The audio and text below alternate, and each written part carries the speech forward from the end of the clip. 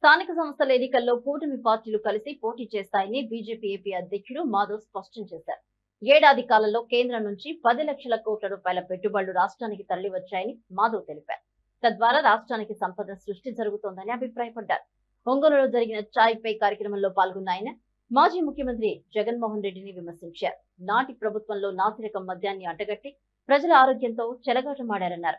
Liquor కుంభకోణంలో ఎంతటి వారున్నా వదిలేది లేదన్నారు మాధవ్. అంతేకాదు, జగన్ పర్యటనలపైన ఆయన మండిపడ్డారు. అరుపు జనాలను తమ యాత్రలకు తరలించుకుంటున్నారని విమర్శించారు. అయితే ఇక పొగాకు రైతు సమస్యలపై స్పందించిన ఆయన పరిమితికి మించి పొగాకు సాగు జరిగిందని, దీంతో మార్కెట్లో గిట్టుబాటు రేటు దక్కడం లేదన్నారు మాధవ్.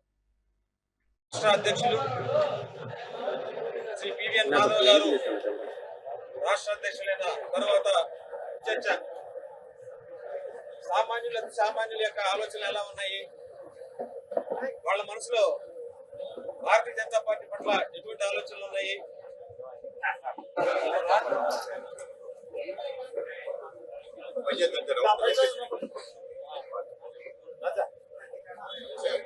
అనౌపచారికంగా ఇన్ఫార్మల్ గా ఆ ఊరు పట్టణ ప్రజల్ని కలవటం, 3 విషయాలు వాళ్ళ దగ్గర నుంచి కనుక్కోవాలనుకున్నాం. ఒకటి ఏంటంటే మన పట్టణ సంస్కృతి, మన ప్రాంతానికి సంబంధించిన మహానుభావులు, అలాగే మన చరిత్ర, మన కట్టడాలు, వాటిని పట్టించుకుంటున్న పరిస్థితి, అలాగే తాజా రాజకీయ పరిస్థితి మీకు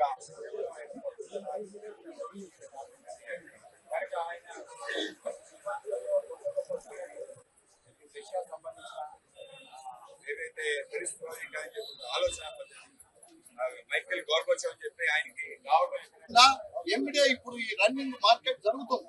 ఈ జరిగేటప్పుడే అది కూడా ఆ డెసిషన్ కనుక వస్తే సాఫీగా మాట్లాడితే సొల్యూషన్ ఏంటని అడిగాడు. వెంటనే వాళ్ళు చెప్పారు 2 సొల్యూషన్. ఆయన దాన్ని తీసుకొని ఆ దేశాన్ని అమలు చేస్తాను, ఇబ్బంది లేకుండా గురవుతారు. కానీ వచ్చే సంవత్సరం పంట నియంత్రించుకుంటామని మేమే చెప్పడం జరిగింది. ఖచ్చితంగా ఈ యొక్క అంశాన్ని తీసుకెళ్లి ఇమీడియట్ గా ఈ యొక్క పెనాల్టీ లేకుండా ఈ ఎమ్మిటే సత్వరమే ఈ నిర్ణయం వచ్చేట్టు తమకి నేను పూర్తిగా విన్నవించుకుంటూ